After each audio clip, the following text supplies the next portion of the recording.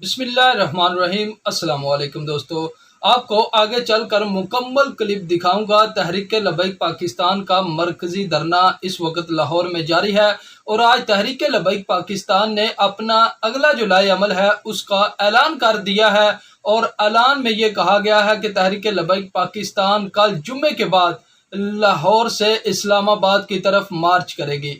تو جی ناظرین، آئیں آپ کو پہلے وہ ویڈیو کلپ دکھاتے ہیں، اس کے بعد میں اس کے بارے میں بات کرتے ہیں۔ پھر توجہ سے سنیے، 22 اکتوبر بروز جمعۃ المبارک بعض نماز جمعہ تحریک لبیک یا رسول اللہ کا پرامن ناموس رسالت لانگ مارچ جامع مسجد رحمت للعالمین تحریک لبیک کے مرکز سے شروع ہوگا اسلام آباد کی طرف۔